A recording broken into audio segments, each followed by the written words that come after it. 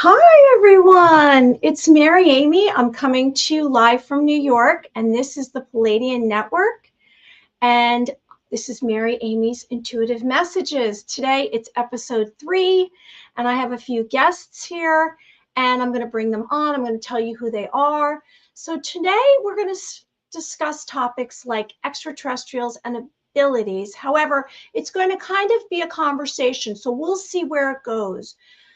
And what I've been doing is, besides my Two Psychics podcast, I've been with Michael Edley.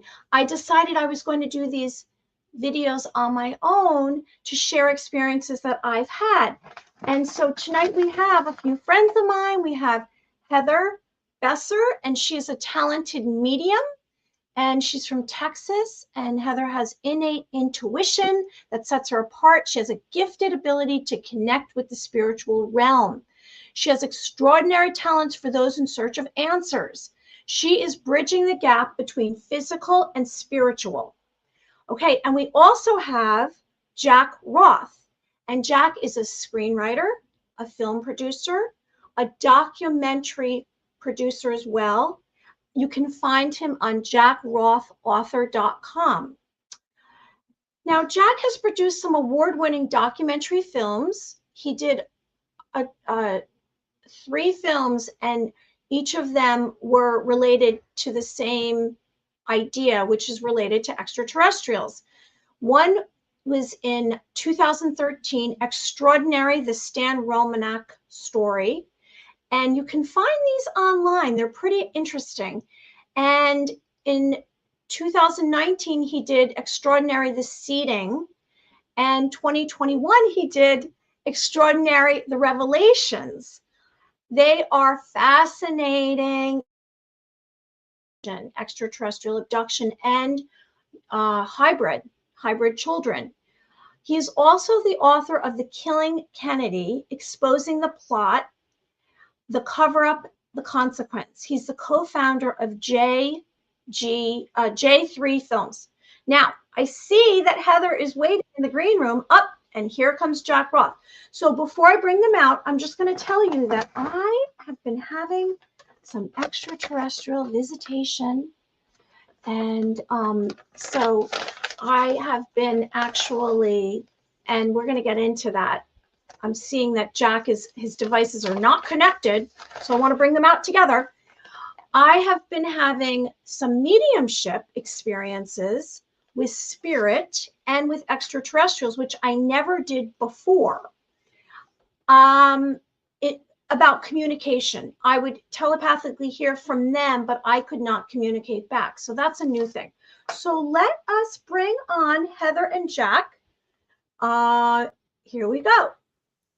Heather, Jack, hi. Hi. Where's everybody? So good to see you. What's going on, guys? What's going on? How are you?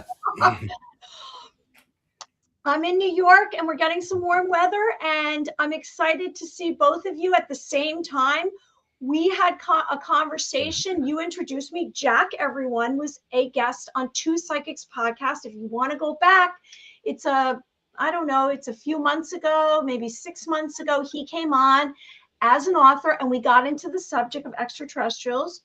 And then he was a friend of Heather's for many, many years. And then we had an introductory phone call that was a video chat that didn't go well. So then we figured something out. But I've been in touch with Heather, and Heather's this extraordinary medium. So what's going on, guys? Just living the dream, right? Living the dream, huh? So, Jack, are you in Florida? I am. You're in Florida. Yeah, I'm in Florida. New York, Texas, Florida. Very nice. Very nice. We're all around the United States of America. Yes. So, Heather, do you want to share with everyone like how all of this came to be? How did you get in touch or have a conversation with Jack? And the common thread you have between you? So, what was it, Jack? About 4 years ago? Yeah. Yeah. All of a sudden, this cat came to me, and I was talking to this cat named Sophia. I don't know who she was, but turns out is Jack's cat. So the only way, I didn't even know how to get a hold of Jack. So I had to get in touch with my aunt, who got in touch with Jack and then was like, hey, I know this is weird, but my niece is talking to your cat and she's a very talented medium. And, you know, I think you need to talk to her. And Jack, of course, is like, yeah, okay. So, but it was really cool because connecting with Jack again, it was just like we picked up where we left off. I actually met Jack when I was 10 years old at the Myrtles plantation. But who's going to listen to a kid at that point, you know? Yeah, she was 10. So you went to this plantation and you were doing research for one of your books, or what were you doing there? Like, what was going on here? We had just started in our journey down this rabbit hole because of some photos that we actually caught at the Myrtles. So that's what originally got my partner in with the documentaries, and I we went to the Myrtles, and we had met Heather's aunt the first time we were there. So we met her family, and we became fast friends with the family. It was a great family. And then the second time we went, they brought more family members, and Heather was one of them. And she was just a little 10-year-old little girl running around. and yeah, so, but I didn't think it, it's so 20 years later, I get a call from her aunt, who I'm still friends with. And she's like, yeah, hey, you need to talk to my niece. Remember my niece? I'm like, no. So remember, there's a photo of us. There's actually a photo of all of us at the Myrtles, and there we all are in the photo. It's like, oh yeah, okay, I remember. And she's like, yeah. And she said, did you have a cat named Sophia? I'm like, most certainly did. So that kind of piqued my interest, and I called her that night, and then I'll let Heather take it from there because we just and we talked. Yeah, and then we've talked every day since. Yep. Oh, every day you guys talk? Just about. Wow, that's amazing. Oh wow. Yeah, we're it's like brother sister. I mean, yeah. The connection is, it's because it's a metaphysical connection. It's a soul group connection. So and we learn that over time, and it's I mean, it's a great story. And Heather, it started with a cat that I had and who died. And she started telling me things about Sophia's, like Sophia's saying this, Sophia's saying that. And I had worked with psychics before. So, I've worked with good psychics. I've worked with not so good psychics. I've worked with, everyone has different gifts and different types of gifts and the way they kind of communicate and all that.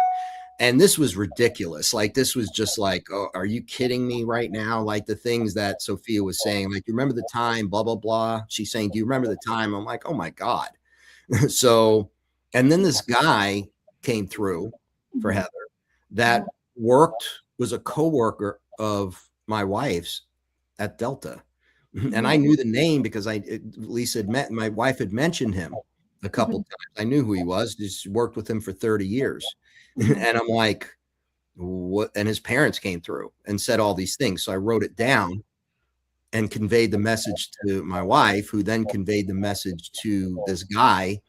And it blew him away. Everything was just like, oh my God, it was ridiculous. And literally from that moment on, it's been like that. It's anything that, whatever comes through for Heather or whoever comes through for Heather, it's direct communication, and it's always 100% dead on. And then even when people don't, it's like, oh, I don't remember that. And then they look into it and they call their mother. It's like, yeah, that was Uncle Johnny's friend. So it's, and I mean, those are cool moments, because it's like, and then there's pets. And I mean, there was a chinchilla. I mean, believe it or not, like, and that one of Lisa's friends from high school, and it's like, this chinchilla's coming through, his name's so-and-so, and it knows. So Lisa reluctantly, texts her friend from high school, is like, hey, did you have a pet chinchilla? And he's like, oh my God, my girlfriend did. And it died, and we buried it in my backyard. Every time. Yeah. Every time. So, yeah. No, so I understand, because it's almost so far reaching, even though I've had all these bizarro paranormal experiences and demons and angels and extraordinary, supernatural, and witches and extraterrestrials. When I connected and we had the conversation, I was like, wait, what? Because Heather brought up, everyone who knows my podcasts, I always had my baby dog Elsa behind me. I'm going to cry. And she'd come over and she'd want to be on the show. And I did hundreds of these videos. She had to be on the couch beside me. And when I was speaking to Heather, she said, oh, there's someone that just will not stop. They won't stop coming through. And it was Elsa, who had passed away June 27th of last year. And I was like, okay. And I still hadn't understood her abilities at that point. And then she said, oh, yes, my birthday's October 19th. Now, no one knows that except my daughter and myself. We don't, I don't even think her groomer knew that. And she'd been grooming her for years. So then on top of that, she said, oh, thank you, Molly. And I'll show you what I'm talking about. Tell Molly, thank you for doing this picture. And here, lo and behold, like, who's going to know that Molly had this painted of Elsa? No one. So, and then here's Elsa's, like, you know, her little fur. But I was like, whoa, this is incredible. And then I'd have a conversation and Heather would say, oh, there's a passerby. And she'd mention somebody that I hadn't spoken to for like 8 to 10 years. And it would be a relative of theirs saying, hello. And then I'd reach out to the person and say, by the way, and they'd say, oh my gosh, how did you know that? So there was a lot of validation. And I knew, because Jack, you told me, I knew that this was somebody very special and not anyone that I had ever met before, because I've met psychics and mediums. That's what I do. But it's not the same, because like it's not like she's asking any questions. She's just like zapping, like telling you the information. She's not saying, is it this? Is it that? She's just telling you. And then I tried to like read her myself, and I see her in my third eye, like, and I was like, what are you doing? And then I was like, stop talking so I can read you, because I could see her. And then since then, since I connected with Heather, I've been having telepathic messages from spirit and from extraterrestrials, and where I'm actually having the conversation, and it's very fluid. So, and I want to talk about that in a little bit. So, is there anything like really interesting that you got? Well, everything you say is interesting, but is there anything you want to talk about yesterday's conversation you had? You know, enlighten us, anything new that's been going on, anything you want to share. We all know disclosure's coming. And you guys seem to be in like this pocket. You're not looking at podcasts. You're not doing any of that. And I have been, to see where we're at, because I'm in the middle of writing this book and I want to include everything. What's going on from your take? Is there anything you want to share about spirit, extraterrestrials, et cetera, et cetera? Well, I think that they're going to try to save us from ourselves. We're doing a horrible job as humans right now, you know. Being kind, that's one of the main things that Spirit always says, is just be kind to each other. It's not hard. Just share a smile and, you know, just say hi to someone you don't know, because that can go a long way. And they always, always say that.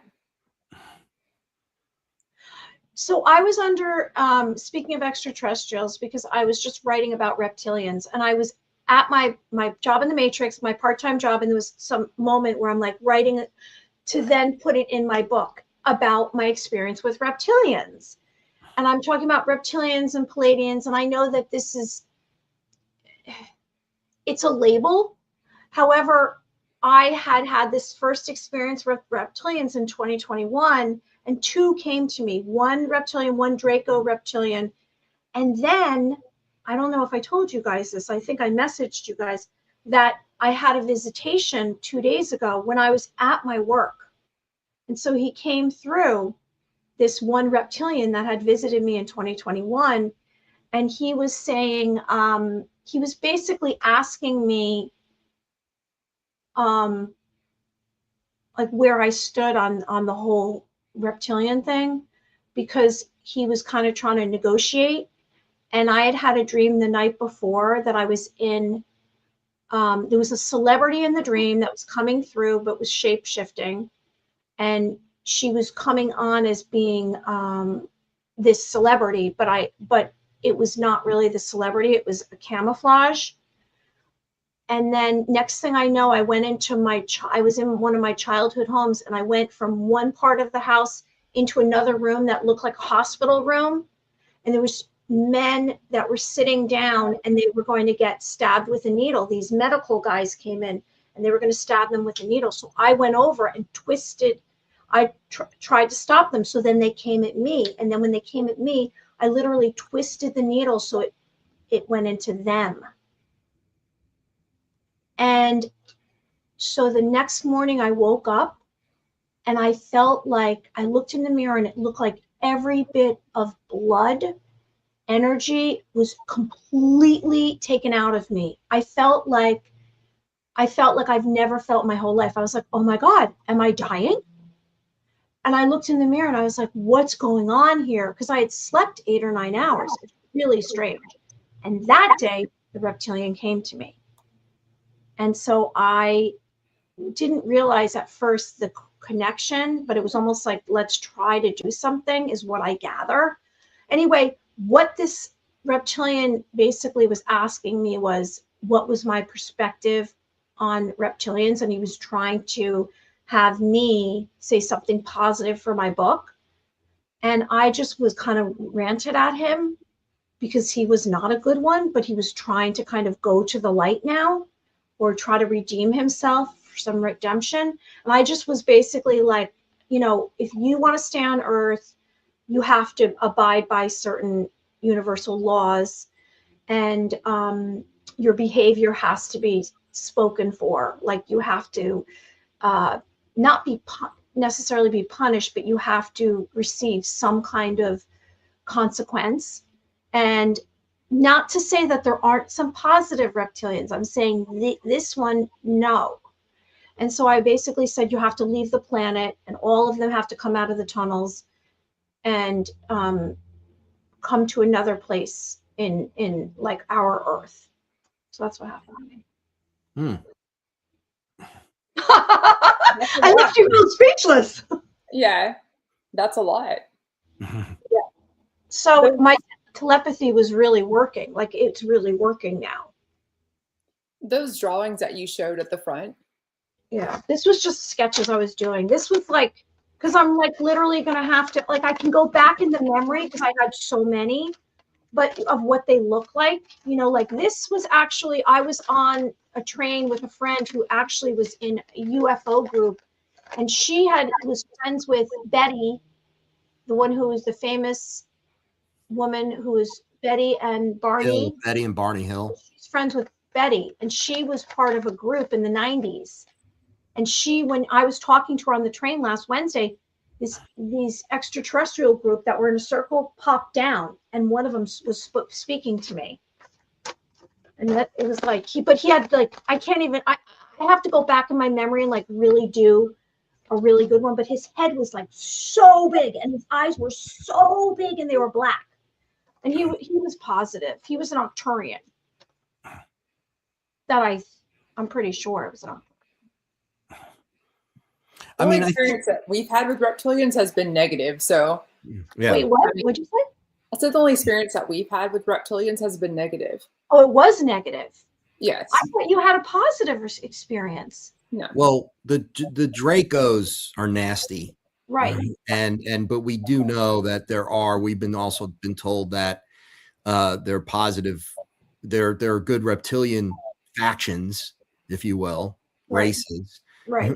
That some are even in the Galactic Council, which is good. But the Dracos, who are causing all the mischief you're seeing on Earth right now, is really a direct result of them tampering and meddling in human business. They're nasty. Yeah. And poor Heather sees them. I don't. But when they have been around to come around to check me out, I literally taste blood in my mouth. Like like that irony metallic taste that comes in your mouth. Right. And I'm like, what the hell? Like, that had happened once before when we were on this ghost investigation, and some guy had been stabbed in this attic and he bled out. And the cameraman that was with us, like, anyone else taste blood? And I'm like, and I could taste the metallic taste in my mouth. And these guys, and that's when the draconians are around. For me, I have that taste in my mouth that it's disgusting. Yeah. And whatever they are, however they're made up of biologically, causes that for me. But Heather sees them Sometimes. sometimes. A lot of the times they come to me like telepathically, but sometimes they choose to show up in form in front of me. In front of you. Like you said the first time you had, what was it, a reptilian in the back? No, that was a tall gray. It was a tall gray. Yeah. Right. So so basically, like, I'm a healer and I want every species to go to the light. So basically my book was really very negative in regard to reptilians, how they're malevolent. But then what I realized, and it happened with Greys in the past, where they came to me to try to redeem themselves, the ones that weren't so good and were foot soldiers, and they're curious because they don't know how to do it. So this reptilian, it's kind of like a side note saying there are ones that are not evil and want good things. But I can say, if they're not going to be good, they can leave the planet. Bye-bye. Like, go somewhere else. And if you only need humans, flesh to survive, then you don't belong here. Like, figure out another way. There's got to be some other way that they can survive, that they don't have to tamper with us. Mm-hmm. Yeah, well, the problem is, and we're learning, Heather, right? Like, we learn more and more about this every day. And you have to understand that Heather communicates directly with Tall Gray, by the name of Sirius, and some others that and I've seen them. I see them at night. Heather sees them. They're awesome. They're good. They're benevolent. And they tell us things, about that the reptilians, the Dracos, will never stop trying to control humans. And they've had wars about it in the past, and the Galactic Council and the benevolent ETs always win because they're stronger, and a positive force is stronger than a negative force. And so, but the reptilians don't care. The Dracos don't care. And there's a lot to suggest that they literally are the ones who've been on this planet longer than we have. So they think it's their planet, and they think it's that we're here for them. So they're not going anywhere. And they live in caves and underground. They also have galactic. I mean, they have a planet and they have ships and craft, but they are very entrenched underground on this planet, and they have been way longer than Homo sapiens have been here. And it's strongly suggested that in our DNA was messed with by more than one species of ET, and they would be one of them. So they think we're here to build their pyramids, to do their slave work, to be eaten, and to have our blood drank by them. So they're not going anywhere ever. So that's why when Heather says, because there's a metaphysical element to this. So you have the ET element, but you also have what I would call the metaphysical Christ consciousness element of this. And that's the element that says love light, like Mary, like you were saying. Okay. So and we've gotten both of this because Heather communicates with both on all dimensions. So what we're getting is, that's why I do small things every day, acts of kindness. Acts of kindness do not, the Dracos gain no energy from that. They thrive on the negative energy that humans put out. And if you follow this Christ consciousness of love and light, the reptilians have zero power over us. But it's when someone says, I don't care, I'm all about money, I'm all about greed, and I'm all about ego, I want to be rich and famous. Well, that's when the reptilians get you. And that's why you're seeing all this Epstein file stuff, because they play a big part in that stuff, in the child sacrifices and the pedophilia and the drinking of blood and all the things you're hearing. That is the reptilians doing negatively influencing human behavior to humans who will allow them to negatively influence their behavior because they want fame, fortune, all the bad things that humans, they crave. If you're weak, right? Insecure, that's hello Hollywood, hello the music industry. And that's what we're dealing with. And I go off on a rant, and I didn't mean to, but when we talk about the reptilians, we have to understand what they are. And I'm going to say Draco because it's not all reptilians. And Heather, please chime in. I don't want to, but it's something that everyone needs to understand, and they need to act on it. And I'm not saying that individually people are going to be able to change things, but you know how they can change things. Be kind, love each other, right? Go to the coffee shop today and put a smile on your barista's face because the reptilians hate that. The Dracos can't handle that. What I'm going to say is, okay, all of that is what's present. However, they're not going to be able to stay because so much information is coming out, disclosure. And I'm going to read comments because we have a lot of comments. So much disclosure is coming out, which is going to reveal all of them. So they're not going to be able to stay. So this is going to be there's going to be a drastic change. That's what I'm receiving. And yes, I believe what you're saying, because there are also ancient gods, and there are groups that are like a Dracula or a shapeshifter or some kind of being that takes over a human or an animal, and they are evil. But what I believe, and maybe I'm just being super optimistic, is that these guys, their kryptonite is the reveal. Their kryptonite is us knowing about them. And up until now, we haven't known about them because we didn't know about what was really going on with the files that you mentioned.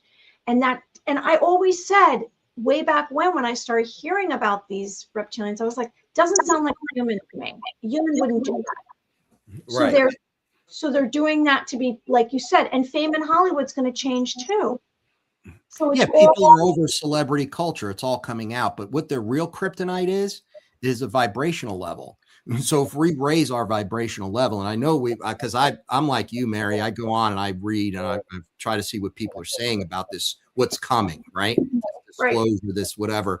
And that Earth's vibration is literally rising, and we need to rise with it. So if you have, let's say you have Earth A is 3-dimensional. The Dracos are thriving in that. This is where the hell we're in right now. Okay. Yeah. That's Earth A. Earth B is where we're headed. Right. And Earth B is when we raise our vibrational level to 5th dimension. It's higher vibrational. The Dracos can't function in that. They can't function in that because they function in darkness and negativity. They don't function in light and high vibration and love. And so people need to make a choice. Human beings there's something happening. So we're being leveled up. The people who are willing to be leveled up and open to being leveled up are being leveled up. Okay. But the people who refuse to, because they don't believe in anything and they're closed-minded and all they care about is war and, waving an American flag and all the old paradigm is going away. So, and Heather, please, I'm talking too much on this, but this is what we know. Right, Heather? Basically. Sorry, I'm having trouble concentrating because someone's trying to talk to me. Who's trying to tell us? Who is it? Well, I don't think it's not for us. I think it might be for one of the Joan. People watching? Joan Cara. Because I was going to say that was what Joan wrote a comment, and then you tell us what you heard. She wrote hello. She said, you popped in on my live feed and you are talking about our trip. I met Betty at the UFO conference in New Hampshire. Our UFO group was called Space. Very psychic connection with you. Okay. So what do they want? Who is it for Joan?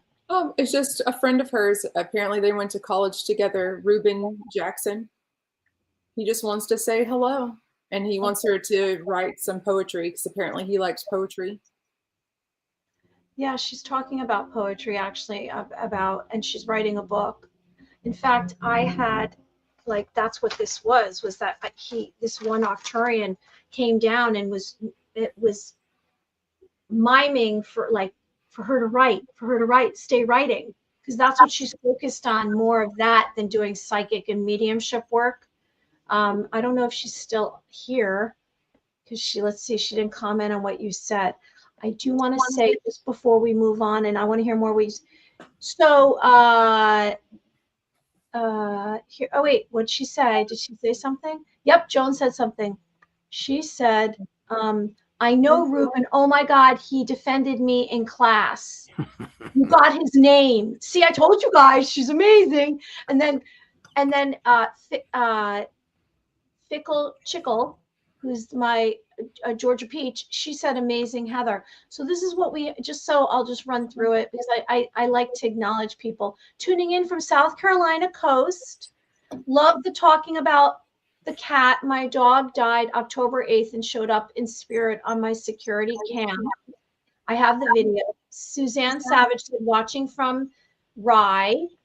I don't see ETs, but I have heard an Aquarian. She spoke to me and said, what is a soul blueprint? I immediately wrote it down and started researching soul blueprints. Great to catch you. It's been a minute. Bob Harding, he was always following my videos.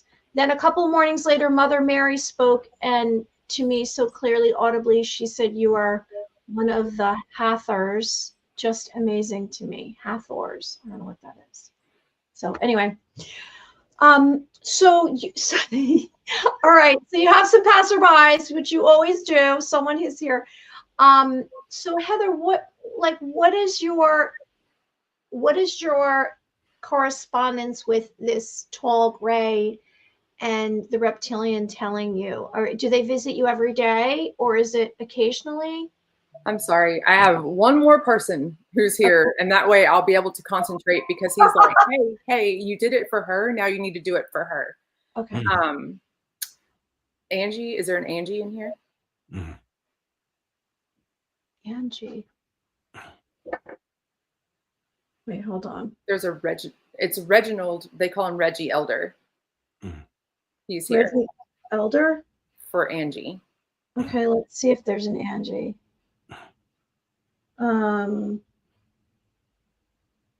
Wait.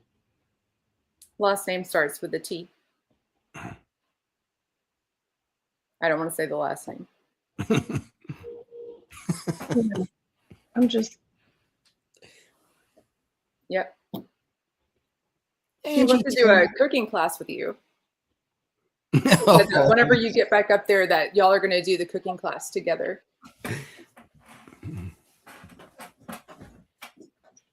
Oh my God, that's me. So Angie Tillman said that. Oh, I miss Reggie. See, there you go. Someone else coming through for Angie. All right, so Angie and Joan, there you go. You guys got, and then anyone for Bob Harding? Anybody interested in mentioning Bob Harding? No, no one yet. So I just turned it off. And your question about the Greys. Let's. Oh yeah, question about Greys. Greys and they visited me after we spoke. We spoke that day, and then that night they both came to me. Those two guys that are your friends came to me, like this close, like, which is what Spirit usually does. Now Spirit's standing back because now they know that I can hear them and see them. But usually they would come up this close, and it would be like, and I got used to it. Yeah. Like, what's wild is ETs used to scare the hell out of me. I don't know why. There's no good reason as to why they were. I guess because I've just never seen them before, and it's just different. And I'm so used to talking to spirits because I've been able to do it my whole life, that talking to ETs is completely different from talking to spirits, right? Yeah. So the first time I ever saw an ET, it appeared in my back seat of my car as I'm driving down the highway. I'm by myself, and I was like, what is that smell? It stunk like a water moccasin. I don't know if anybody knows what that is, but it kind of smells like a fishy kind of smell. And I just happened to like look back, not in my mirror. I actually like looked back into my back seat, and there he was. And he was trying to talk to me telepathically, asking me if I would help him like communicate with others. And I was so scared. I immediately called Jack and was like crying. I was like, I'm gonna have a heart attack. And ET's in my back seat. And but yeah, his name was Sirius. He ends up, he's a really cool guy. He is a tall gray. He's dark gray. Like I always say, like they have dolphin colored grays, which is a light gray, and then they have porpoise colored grays, which is Sirius. And you can tell that he's older. Just from the way that he looks, like his skin. I don't know if there's like the elasticity is like gone, or I don't know, but you can tell he's older. He also wears like little medals, like he's been in the military or some sort of, supervisor, if you will, over there. But I don't see them every day. I see them maybe once a week, once every week and a half, and they don't stay for very long because they're busy. So I try not to bother them too much, but they're good at answering questions sometimes. It all depends on who we talk to. But yeah, I mean, they're awesome now. So I've perceived why I had all these communications and why some of the things happened to me, leading me to this moment. Do you sense that you've had these experiences that have led you to a moment? With the ETs? Yeah. I think that I have such a thin, the veil is so thin for me with the spirit world that it's just easy for me to talk to them as well. They're on a different vibration than them. So it's different, but I just had to get used to them so I could talk to them more. But I wouldn't say like there's like an actual turning point. They just show up whenever they want to. Okay, why? I have no idea. Okay. Yeah, I don't know why I have this gift. I don't know why,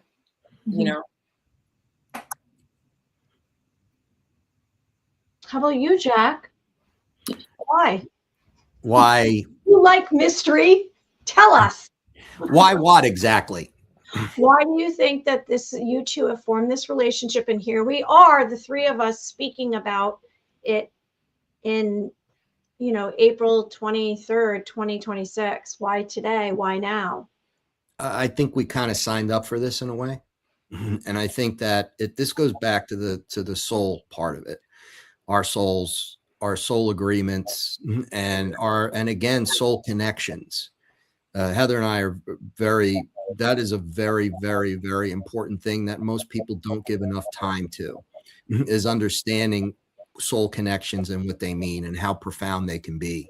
And that it goes into the whole idea of soul groups and soulmates and offshoot groups, if you will, sub-soul groups and stuff. But that's what this is all about.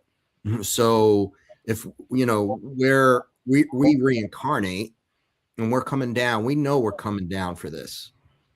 So I was born when I was born, and you guys were born when you were born, because we knew we were going to be in this time.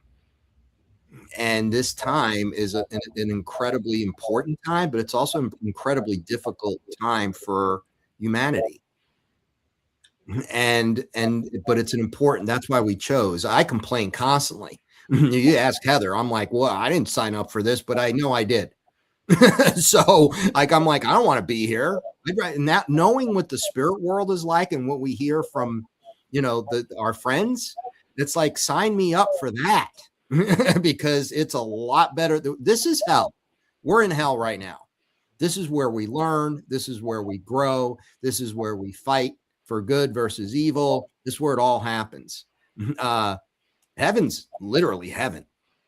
So, that's where it's all beautiful and wonderful. And I feel like, honestly, after a while, we get bored up there and we're like, all right, we're ready for another challenge.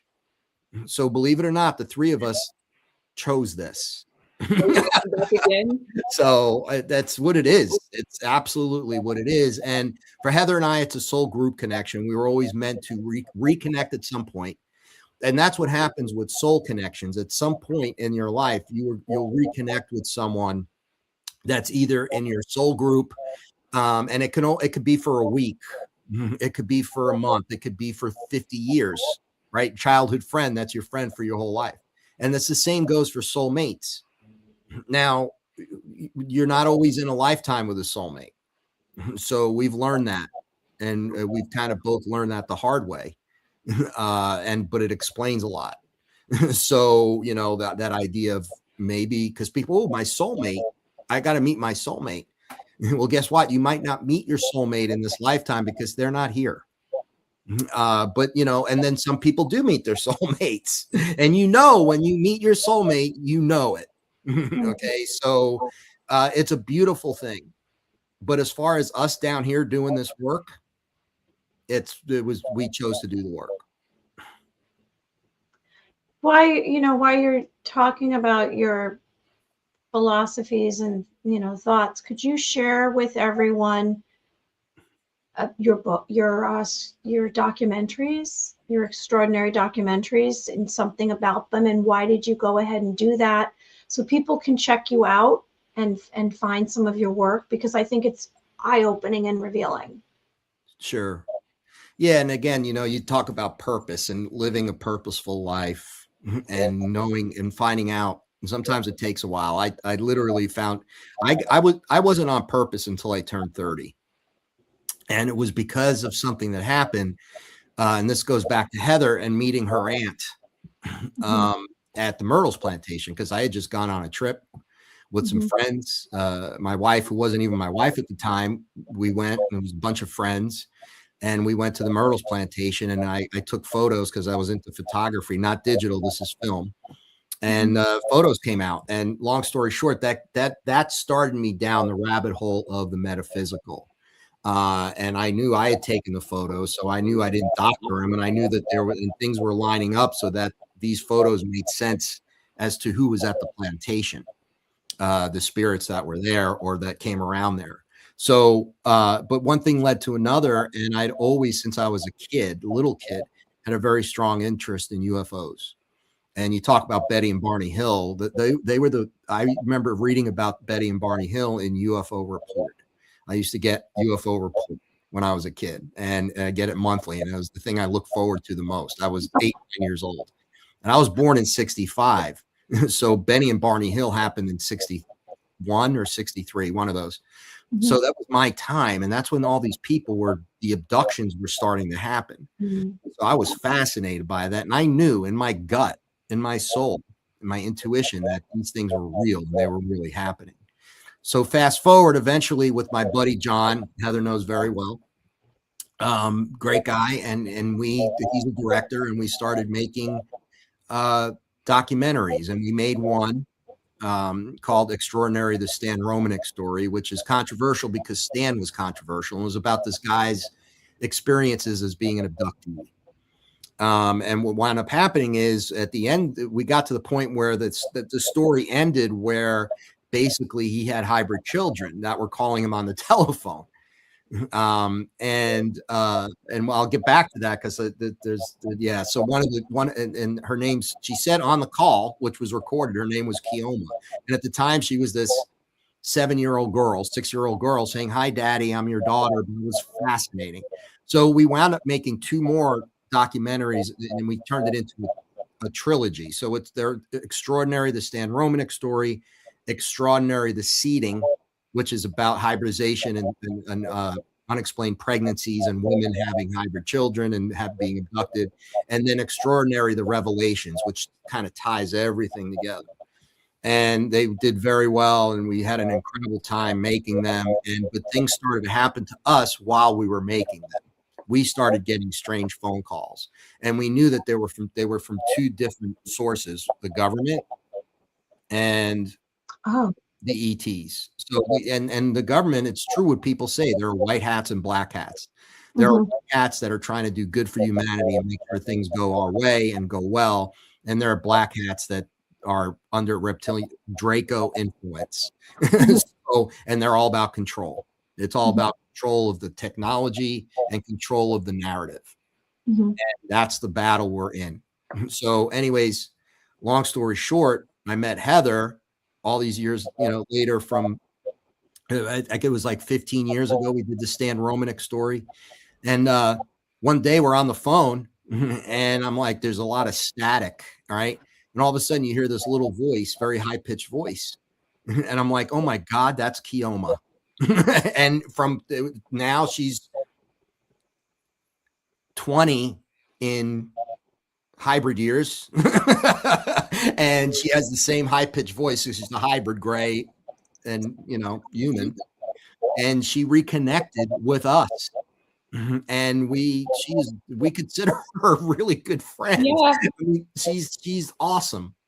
And what's interesting about hybrids like Keoma, and what's important for people to understand, is that they are going to lead humanity into the next step of our evolution. This is the fifth dimensional world we're moving towards. And it's going to be hybrids like Keoma, who have human emotion, and they have to learn because they have human DNA, so they understand emotion.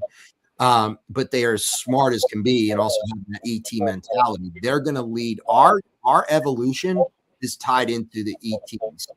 So our next step in our evolution will be, we're already hybrid, by the way, but now this is going to be the next step of that.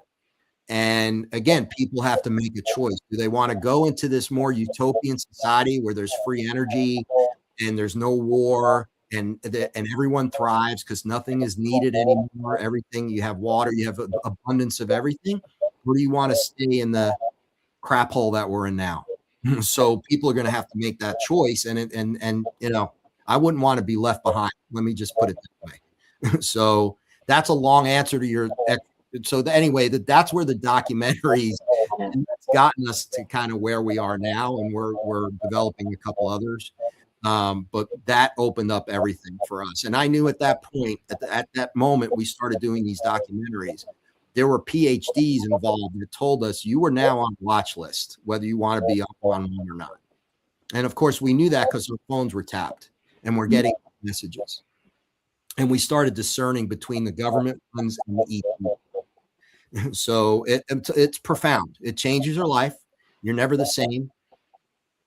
Do you sleep as well? No. Are you quite as happy and go lucky as you used to be? No. Are you a little grumpier? Yeah. But it's worth it. It's worth it. I feel like I'm actually happier because I've let go of so much of the suffering. So I'm actually happier because what's interesting is now, since the contact with Heather and you those few times, I can scan people like without even trying. So I know what their intention is.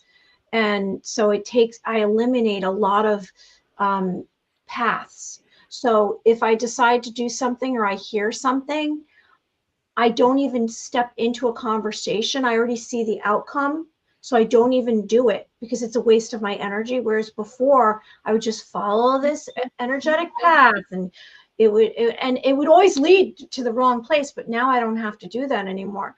Although I can say it was very, very enlightened. And then all of a sudden I kind of crashed, I guess like a week in, and I had either like a big surge of sadness or a big surge of anger.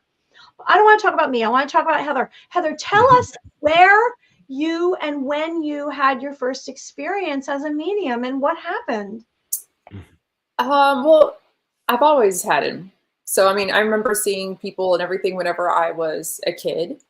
Like a 2, I think is my youngest age. Yeah, 2. But the day that I remember that I learned I was different was I was in kindergarten, and it was a Christmas party that our class was having. And there was this nice older grandpa man. And so I just went and started talking to him, and he was like, hey, like, ask your teacher if she's going to put that ornament on her tree of the rocking horse that I made for her. Kindergarten, you have no idea. So I was like, absolutely. And so I went over there and I asked her, and then she ended up calling my mom, and we're having a conference. You know, you can't do that. You can't do that. You don't want to be weird, you know. But what's really cool is my daughter, who's in kindergarten now, is 6, and she can do exactly what I do. Wow. Yeah. It's amazing. So do you guys speak to each other telepathically? We can. Yeah, but usually she's the one who, she doesn't understand like completely about what's going on. She just knows that those are her friends and she sees them sometimes. So whatever they tell her to say, she's going to say it out loud. It doesn't matter who's around or what they tell her to say, she's going to say it, which is concerning. Yeah. So for you, can you elaborate on your, because it's fascinating for people who don't have those abilities. I know Jack has abilities, but can you tell us, like, to the extent, or how it affects you and what it feels like, and what you've found that can materialize for you as a medium? So with spirits, I can see them just like a person standing in front of me. They're not see-through. They look like people. I can touch them if I wanted to. And I can like feel my spirit guide. Her name is Etta. She's amazing. Shout out to Etta. It has like an embroidery thing on the bottom of it. And I was like, your dress is beautiful. And she was like, do you want to touch it? I'm like, I can't touch that, but I sure did. She, I reached over there and touched it, and it was wild. And then another one, I touched his hand, and that was a fun time. But I see them just like I see other people. So sometimes if I have it open and I'm just listening because I can open and close it. So if it's constantly on, that's not good. It would be overwhelming. It sounds like a football stadium. So I turn it off. And so sometimes when I have it on, I leave it on accidentally. I'll be having a full conversation with someone who I think is there, and people are just looking at me like I'm nuts. And I'm like, well, they're just weird because I can see this dude. I'm clearly having a conversation with him. Until my husband walked up and asked me who I was talking to. And then I was like, oh, okay. So, I guess I never wanted to be the weird kid. I just grew up to be the weird adult. No, it's not weird. It's you're open. It's a gift. It's extraordinary. Wow. Well, sometimes it's a gift. Sometimes it's not, because they tell me certain types of information that, so-and-so's going to get hurt, or they're going to, like, they're making preparations for them to join us in heaven. I can't say that to people. But I just have to be like, well, have you seen whoever? Make sure you spend some quality time with them. Tell them I said hello. Angie wrote, oh, I cannot believe this. I was just putting his pic in the frame yesterday. That was when you mentioned Reggie.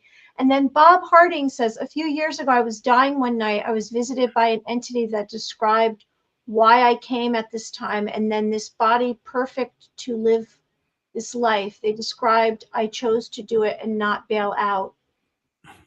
I don't know if they were trying to circumvent his life, like take over his life. He was dying. I don't know. It's hard sometimes when you read these, what this means, but have you, like, this is a question that just came to me based on what he wrote. Have you had any experiences where you've seen the shape-shifting action, either a reptilian takes over a human, or a reptilian shapeshifts? Have you seen, or something in that regard? Like, because I know the consciousness is put in a body, or they take a consciousness and put it in a body, in a clone. It happens. I've never seen that personally. I have heard them talk about that, about how whenever they take over a body, the soul goes to sleep. And so it's not them, they're not aware of what's happening. So they're not in any, pain or agony or anything like that. They're just asleep until they get back to heaven. Until they get back to heaven. Is there any way of stopping that? I know it's raising the vibration, like Jack said, so that they can't take you. You raise your density, right, to 5D. 5D. If they offer you something, and you're going to know you're talking to a reptilian, because they're usually going to offer you fame, fortune, things like that. I had one offer me. My mother had breast cancer at one point, and they told me that if I helped them, that they would cure her. Now, which one am I going to choose? And any other person who had no idea about who they were, they'll be like, absolutely, like, I'll help you if you save someone else. Or, absolutely, I will do this for you because I'm going to be a millionaire now. But just be aware, like, if it's too good to be true, think about that for a second. Joan wrote, Heather, you are a phenomenal medium. I am one professionally. You had Ruben's first and last name. Well, thank you so much, Joan. I'm glad that he stopped by. You're going to get a fan club here, Heather. I'm going to have to do like a monthly thing. I'm going to have to bring you guys on monthly and catch up. Hey, that's perfect. Well, you have a lot to catch up on in a month. Yeah, always. Right? So do you guys ever meet together in person, or is this Texas, Florida via like video chats? No, I mean, saw each other. Yeah. Like we got together in Orlando and we went to St. Augustine for a day, and we try to see each other. It's important that we see each other, and it's sometimes not easy. Heather has a young child, and so it's not easy. But you make the effort. I mean, a lot of it's just phone calls. And like we just chat on the phone, and like we never know what's going to happen, like, and it's like we'll just be talking, and then someone's here, and I'm like, oh, and now we've gotten to a point where we're very good at I'll have my computer out, and she'll be like, someone's here, and I'll get my computer because I'm ready. You mean someone's here? You mean like she's a passerby, or you mean there's actually a person, a passerby? No, like someone for her that come down and talk to her. So right. I'll get my computer and I'll be like, go ahead. And I'll be ready to type a name in. Sometimes it's people, truth be told, there have been a lot of very famous people throughout time who have come to speak with us. And that's like really? the thing of all time. If they know you're interested in them, they come. And it's really fun. And, I have a lot of interest, but one of my interests happens to be the silent film era. I've always been, I'm a film historian through and through. I love silent film. I love that era. And the people who have come down, it's just and you're right, Mary, I said I was, I'm maybe more grumpy or I don't sleep as well. That's when there's such things as Dracos there is evil. So it's harder to know stuff like that. But my life, I wouldn't take that back. I wouldn't change any of it because my life is so much fuller now that this has happened, and I've been leveled up, and the people that we've spoken to, and the beautiful. I mean, you could start crying when you think about it, like just the things that we've learned and the people we've spoken to, and the things now we know are true. Like you have your intuition. People can sit there all day and say, well, ETs are real, right? Like ETs are real. I feel it in my gut, because it hasn't been established that they're landing all over the place yet. And hard disclosure hasn't happened, but we know, like I know. And the one thing that's changed my life is that I know now that consciousness survives death 100%. There's no ifs, ands, or buts about it. And I can comfort anyone in telling them that consciousness survives death. You will see every one of your loved ones again. You might have to wait a little if they reincarnate and then you go back up there, whatever, but at times different up there. So it's a blink of an eye, and it's just all beautiful. And we talk about these nasty negative things down here, but our souls because we're human. Our souls belong to source. So no one's going to steal your soul. No one's going to, our souls go back to source, and source meaning whatever you want to call it, God, heaven, Jesus, the Christ consciousness, the light. Our souls go back. So, you know, you suffer down here, you can struggle down here, you can see horrible things down here, you learn and grow from it, but you are going back to source. Okay, so this is interesting that you said you invite people. So I have a question. I tried to telepathically send it to Heather. I don't know if she got the name of the person. I don't know if she's willing to do this or ask, because basically we can't do this on command. It's whether or not they choose to, like if they want to join in. Can I ask you about one and see if somebody will come through, Heather? Are you okay? Abraham Lincoln. Oh God. He hasn't come down yet either. No, he hasn't. We've never talked to him. Yeah. You tried? Abraham Lincoln. Because he's honestly, since I was a kid, like literally for probably, I don't even know how many years, 30 years. I've maybe, no, more than that, like 40 years. I was fascinated with him. Fascinated. And well, you know, there's a factor here, and that too is if he's reincarnated, he's here. Oh, yeah. And that happened with, because I was bugging Heather. It's like, I always wanted to meet Joan of Arc. I always wanted to talk to Joan of Arc. And then our spirit guides and the soul group was like, she's not here. She's reincarnated. who is she then? Yeah, but then they don't tell you. But like, you know, because there are universal laws, by the way. Right. No, I'm not. Also, you don't want to. It's you don't want to intrude. It's more like a question. I'm just asking. I just thought, oh, if I got, that would be fun. You know, just that's a big ask. You went for it there, Mary. Like, here's the thing. Like I think big. We've had people literally, we're on the couch. It's 10 at night, right? Not on video.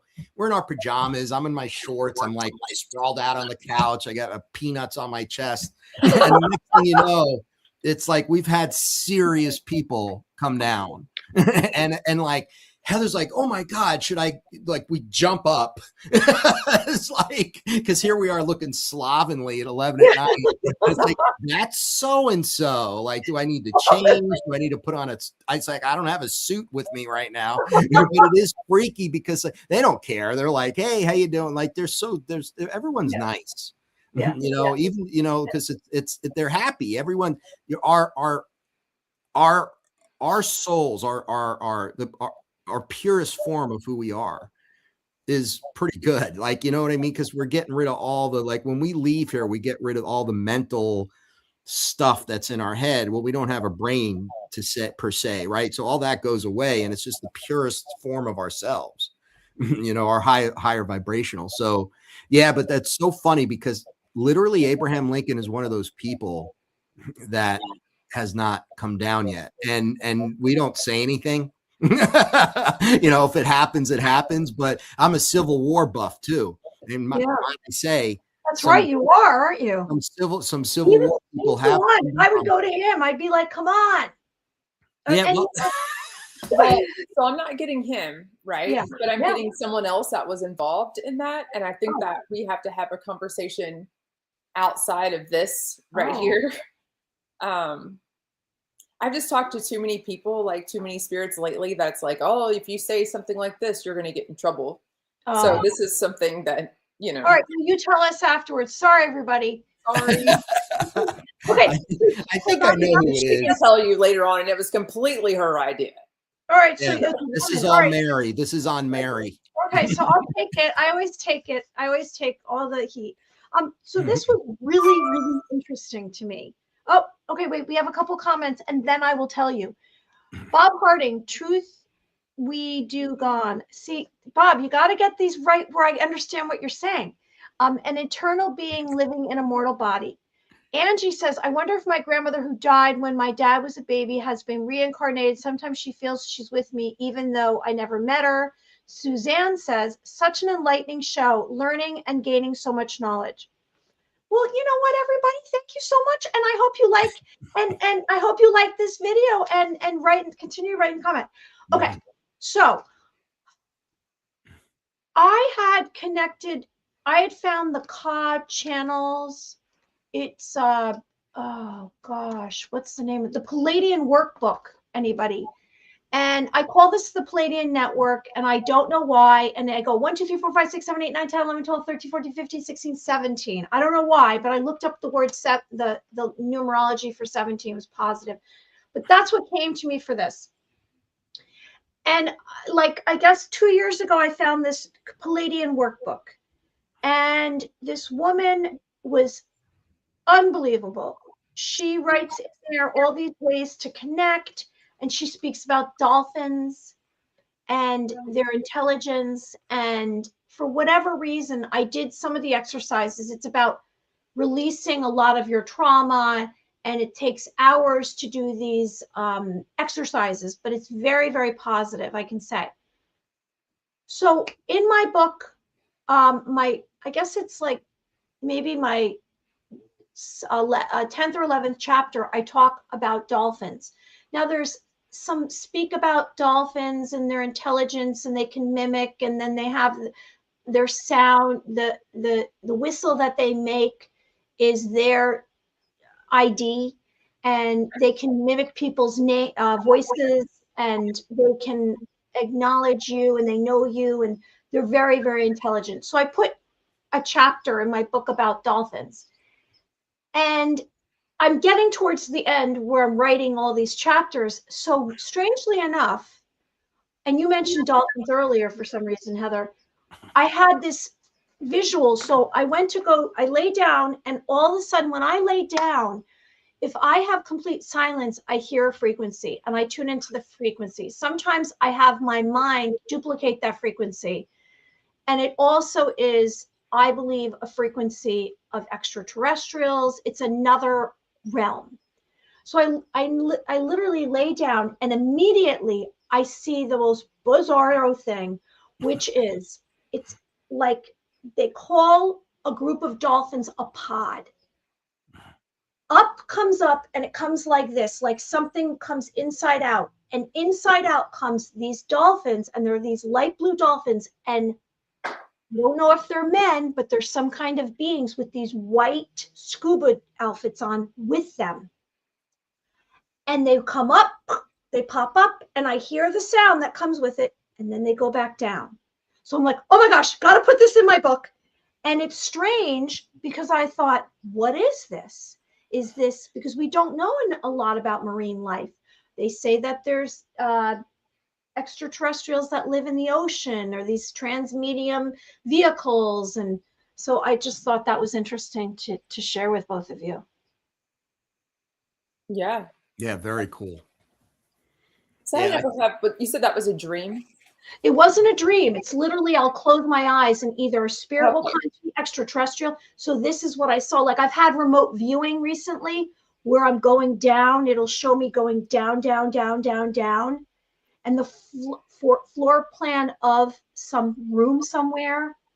And I sense it. Or I'll have like remote viewing where it will look like a film strip. Remember when you're a kid? They don't do it anymore. But a film strip, or like a camera film, you'd look at it and it would be, you know, a rectangle. So I'll have it where it go rectangle, it'll show, then it'll snap to the next one, then snap to the next one. So I'll see all these different frames. So it's in that realm of receiving that information. It's just interesting. Yeah, it's third eye. That's what happens to me. It's like you're watching a slideshow or you're watching a movie, right? Like, and you see, boom, you're seeing things. You're not asleep. And that's the coolest thing. Okay, someone just wrote, David Wilcox passed away and it wasn't UFOs. I don't know if you know who David Wilcox is. Mm-hmm. Yeah. Yeah, David, it was a little controversial. Him and Corey Good, a little controversial, but yeah, it is. Listen, anytime a UFO person, and this is so hard too, because like, you know, sometimes people do just die or do just commit suicide, but you get, you know, you look at like, okay, this is 12 researchers now, like, you know, NASA generals, people involved in what I would say UFO, UAP research and technology, and that new things and new people that are all either disappearing or dying. It's very disconcerting, very disconcerting. Now we know things like we've been told a couple things. It's like, and basically what's happening is you call them the black hats, but they're taking these people out because they want to control the narrative of disclosure. So these people know the truth, but they don't want the truth to come out. So the black hats, or we call them the bad guys, or call them whatever you want to call them, they're trying to take these people out because they want to control the disclosure narrative, because they don't want to be talking about things like free energy, right? The bad people don't, right? Because that would be good for humanity, and they don't. They want to control the narrative. So that, and the good news is they're not all dead. Some of the ones that have disappeared have been saved, put to safety. But the ones that were killed, and they got to them. So it's scary. David Wilcox, it just happened. So, maybe we'll find a few days ago. Yeah. And it was interesting because I had heard about him years ago about looking class technology. And I also watch videos, Project Camelot with Carrie Cassidy, and she had him on, and there was negative and positive. He was a TV star too, because he did Ancient Aliens and Gaia. And another man from Ancient Aliens also passed, but he passed from quick 4-stage cancer. Pope was the last name. So I don't really watch any of that, but it's interesting because now it's crossing over, isn't it? Because here we have these scientists and researchers and individuals that have shown some advanced technology or invented related to anti-gravity, propulsion. What's the other thing? What's the other thing? Physics. Well, physics, right? Different sciences and advanced. And so, like, are they privy to information and then now you can't know it? Like you said, black hat, white hat. And then we have TV personalities, podcasters, and they passed away. I don't know. I don't know if do we believe in coincidence? I don't know. I like the idea of what you said, how that they all haven't passed away, because I think everyone's entitled to their opinion and to share information. And I'm hoping that good things are going on behind the scenes, and it's not an exercise in injuring people or harming them because they're telling the truth or what they believe to be the truth. And this is the hard thing to understand, is that it's all yin yang. It's all about balance. You can't have good without evil, and vice versa. That's a law of the universe, right? So if there's light, there's dark, and that's what we're dealing with. So yeah, there's good going on. There's good going on right now behind the scenes, but there's also bad going on behind the scenes. So there are forces at work, a war that we don't know about. I'm not talking about Iran here. I'm talking about galactic, right? And there's good and there's bad. We've established that the Dracos are the source of bad, and they are doing terrible things. But there's also, most ETs are benevolent and they're doing good, and they're advanced civilizations that understand love and light and understand that. And they're not about harm. They're not. They're positive. They're light beings.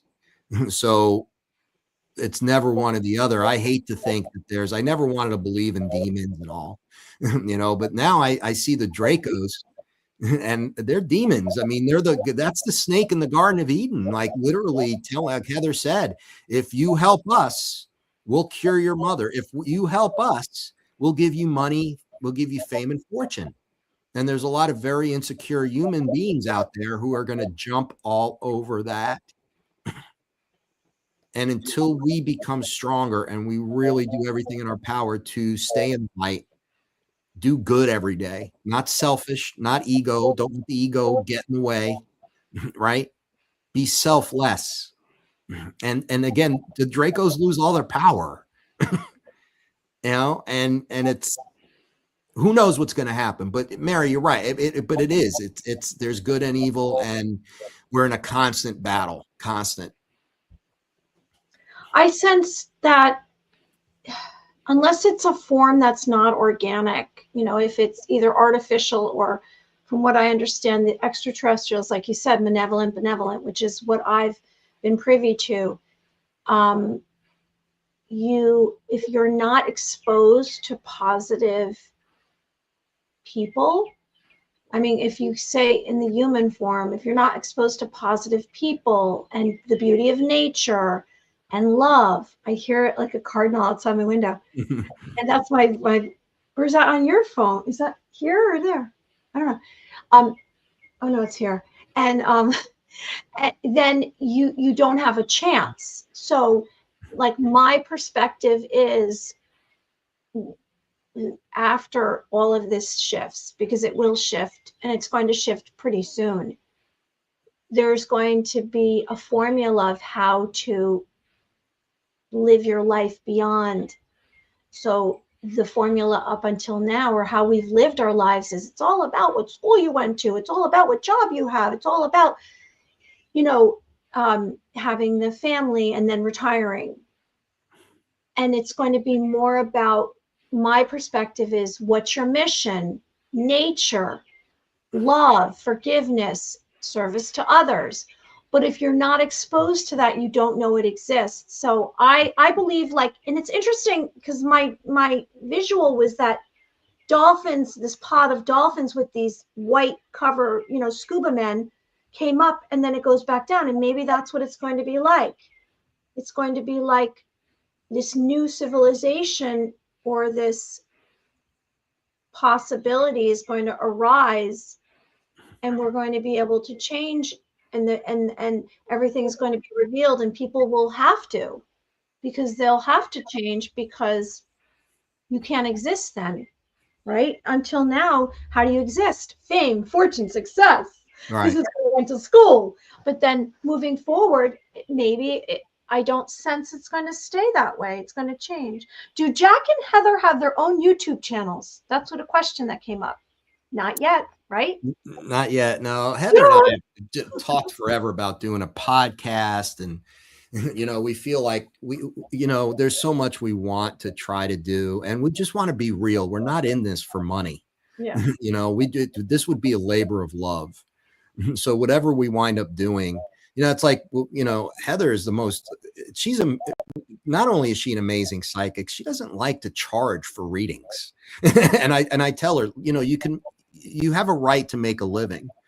And because we live in the matrix right now where you need money to pay bills, right? Hopefully that changes. But right now we have no choice. We got to make money somehow in order to survive, right? So what I always tell Heather, as good as you are, there are people, psychics, that aren't good at all, charging $600 an hour. Right? So you could charge something, and then anytime, like she gives it to local charities.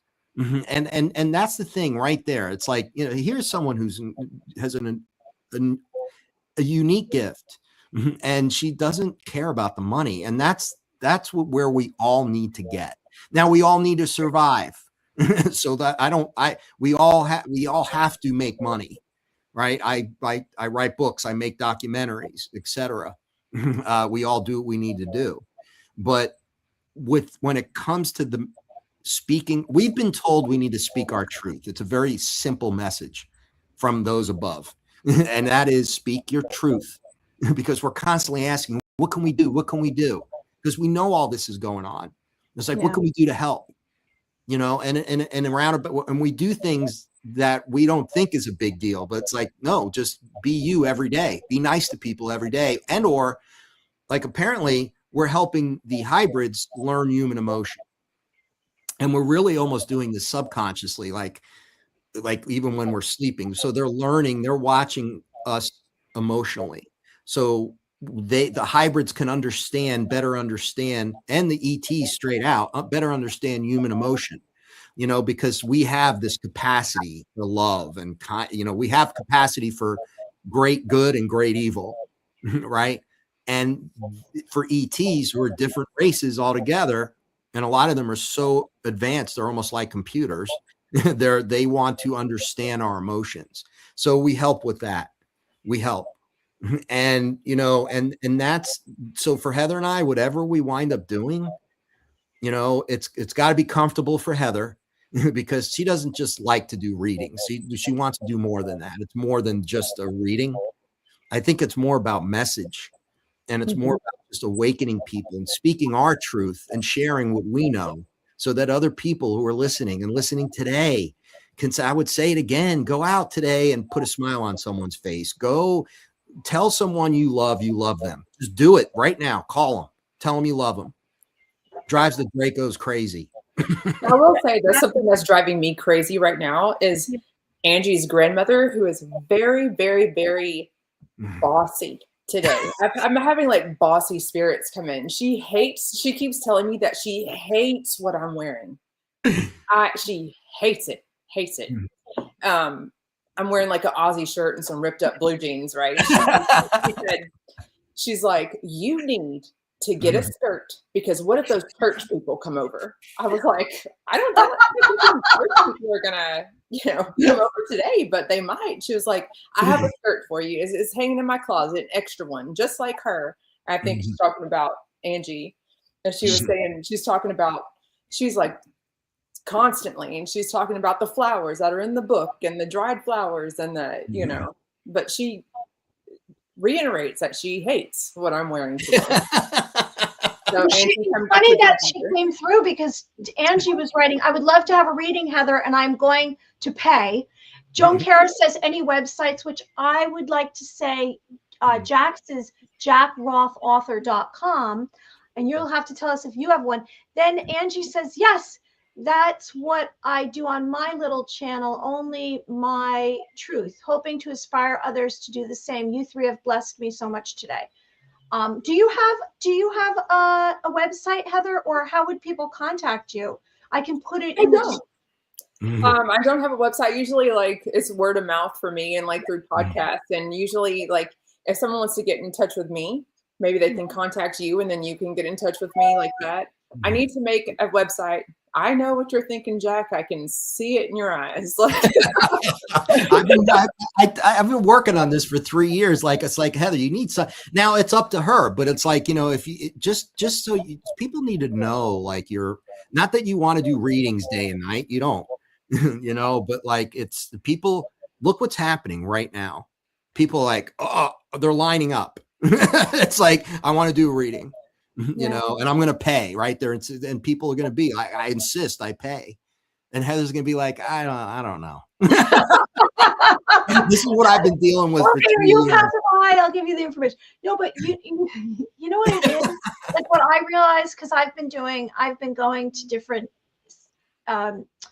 conferences, and you have someone who is a medium or someone who's receiving from their loved one's information, in a group.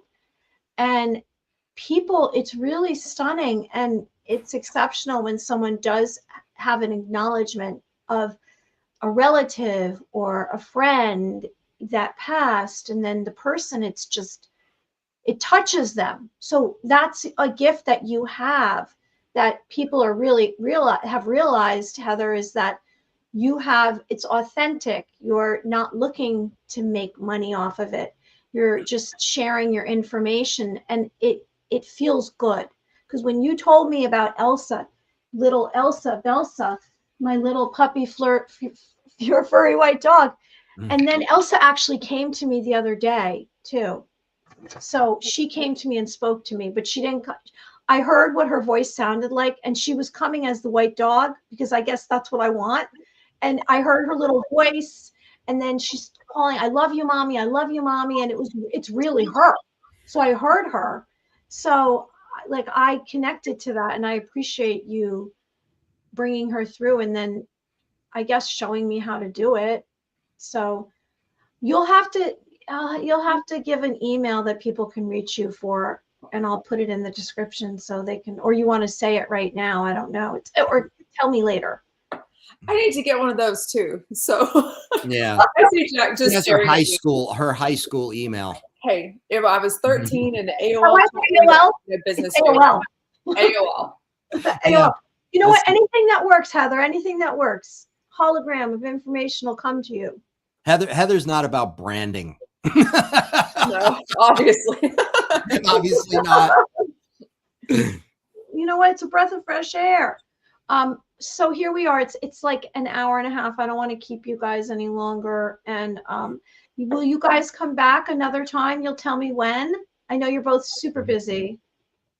No, absolutely. Yeah, we love this. And Mary, we love you. We have to tell you too. that when I first connected with you, I'm like, this is someone I'm supposed to know.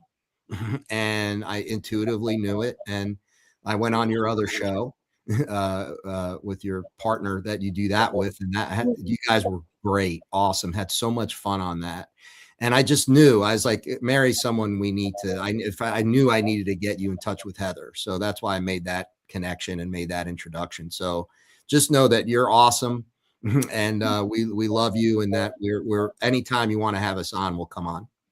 Okay, thank you so much. That's beautiful. Thank you, both of you. Do you want any parting words that you would like to say, Heather or Jack? Just go do something nice for somebody today. Just smile at a stranger. That's all you need to do, one step at a time, every day. We'll get there. We'll get to that. We're going to make the earth a better place, and we're going to make it happen. So we just all have to do our little part. Thank you. Okay, so Jack Roth, and how do I say your last name? Heather Besser? Yes. Okay, Heather Besser, coming live. I'm in New York. Heather's in Texas. Jack's in Florida, and we're very grateful that you joined us here on the Pleiadian Network, and we'll be back soon another time. Everyone be well. Bye.